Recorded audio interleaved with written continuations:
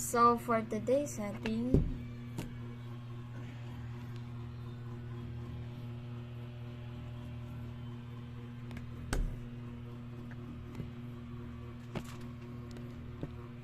okay. So good day, ma'am. I am Malachoy Ilaita, first semester student at Notre Dame of Tacloban College, College of Nursing. So today I'm going to perform my return demo about procedures on health assessment and physical examination assessment of the cardiovascular system. So what are the equipment we need? We only need stethoscope. So next is procedure. Assess the client's physical and psychological aspect before and during examination. Rationally, this is to allow healthcare provider to gather complete data about the client's health status. So, good day, ma'am. Okay lang po ba kayo ngayon? Okay po. Next procedure. Review the body areas to be examined. Rationally, health examiner or healthcare provider to identify which part of the body is to be examined systematically. So, dito po So, next is make a physical environmental preparation before examination. This is to proper preparation of the environment, client, and equipment ensures smooth physical examination with few interruptions. So let us assume that we are conducting in an appropriate environment. So environment to be assessed. So next is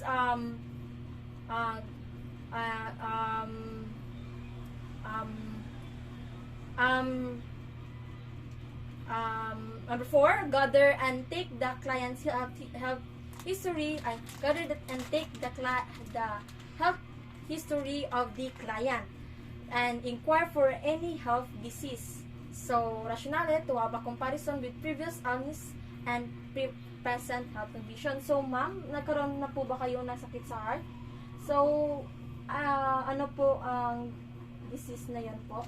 Rheumatic heart disease po. Rheumatic heart disease. So, inunod po natin yan.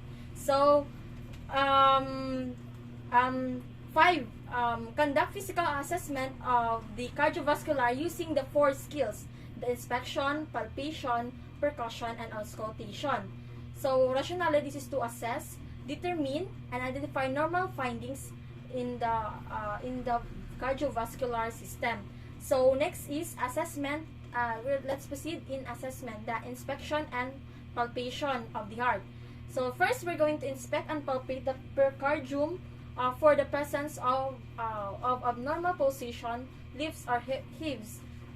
Locate the valve areas of the heart, the aortic, pulmonic, tricuspid, apical, and mitral. So we're going to use 2 fingers. Let us inspect and palpate. So ma'am, hawakan ko lang po, ma'am. Okay lang po ba? Opo. Okay po. Okay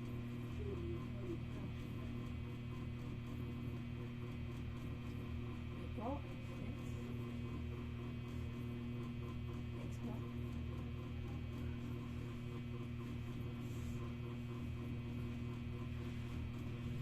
Hawakan ko lang po dito. Okay po. So, normal findings of this is no pulsation and no lift or heave. The abnormal findings naman, pulsation noted, diffuse lift pulsation noted, and diffuse lift or heave, indicating enlarged of overactive right ventricle. So, next procedure, we're going to inspect and palpate the epigastric area at the base of the sternum for abdominal. Rationale, no. So this is the sternum and this is the epigastric. So we're going to inspect and palpate. So mamawakan ko lang po. So okay po. So the normal findings naman. So ang normal findings nito ay aortic pulsation. So the abnormal findings, bounding bounding abdominal pulsation, like example, ganito, sakit ito ba? aortic aneurysm. Next is, we're going now to auscultate the heart. In all anatomic sites, the aortic, pulmonic, tricuspid, apical, and mitral. So in every auscultation, distinguish both S1 and S2 and S1 and S2 sounds. So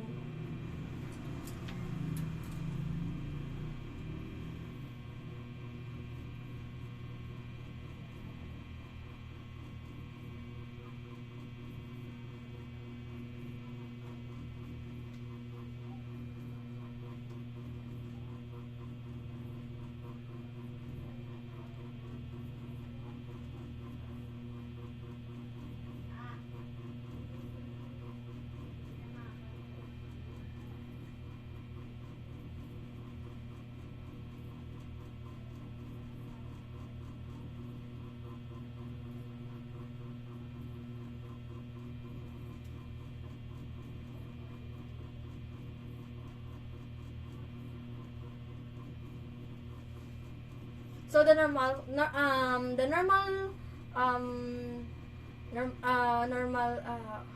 findings of this is normal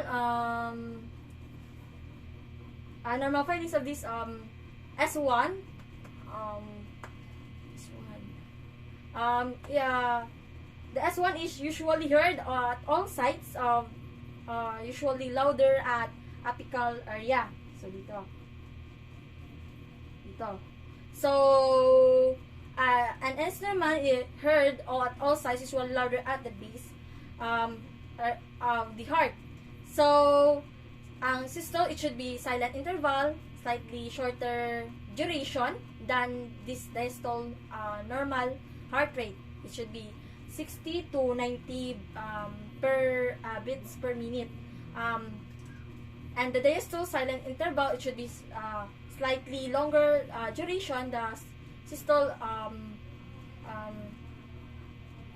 systole at normal rate, normal heart rate. So the abnormal findings of this is increase or decrease intensity, varying intensity with different beats, increase intensity at aortic area, and increase intensity of pulmonic area, sharp sounding ejection clicks. So next procedure, we're going to palpate the carotid, carotid artery one at a time, using extreme caution. The rationale of this ensures that the adequate blood flow through the other artery at the brain. So, ma'am, ano lang po natin, palpate.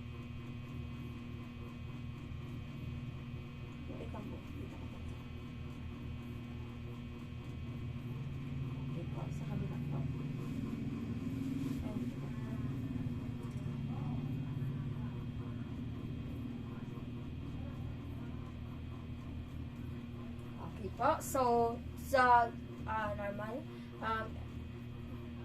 normal findings of these are symmetric pulse volumes, both here and here. So full pulsation, testing quality, and quality remains same when client's breath turns head and changes sitting to supine position. Next is elastic arterial wall. So the abnormal of this is symmetric volumes, possible stenosis or thrombosis, decreased pulsation. It should be decreased pulsation, may indicate impaired left cardiac output, or increased pulsation, thickening, hard, rigid, bedded, inelastic walls, indicate arteriosclerosis. So that is the abnormal findings. So next is we're going to Auscultate using the stethoscope the carotid artery one at a time.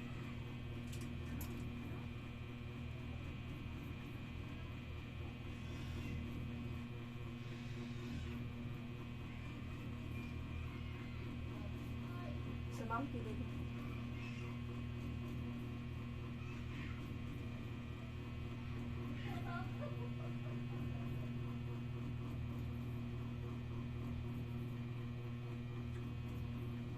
Next one.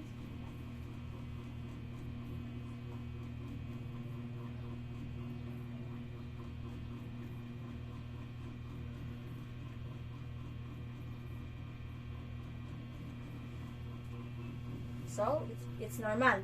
So the rationale of this is the normal findings of this is no sounds heard on auscultation. So the carotid when I stethoscope there is no sounds of carotid artery. So the presence the abnormal is the presence of bruit in one or both arteries. Yeah. So next is we're going now to inspect the jugular veins one at a time for distension. So ma'am, let's check. Wow. So we're going to check here if there is if may buccal or the visible of veins. So next po sa kabila po.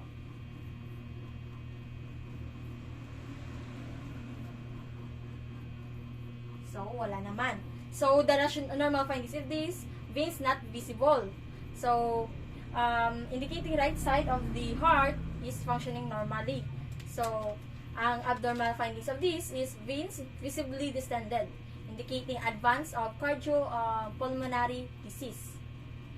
So if the jugular distension is present, assess the jugular venous pressure JVP. So wala naman na present of jugular veins.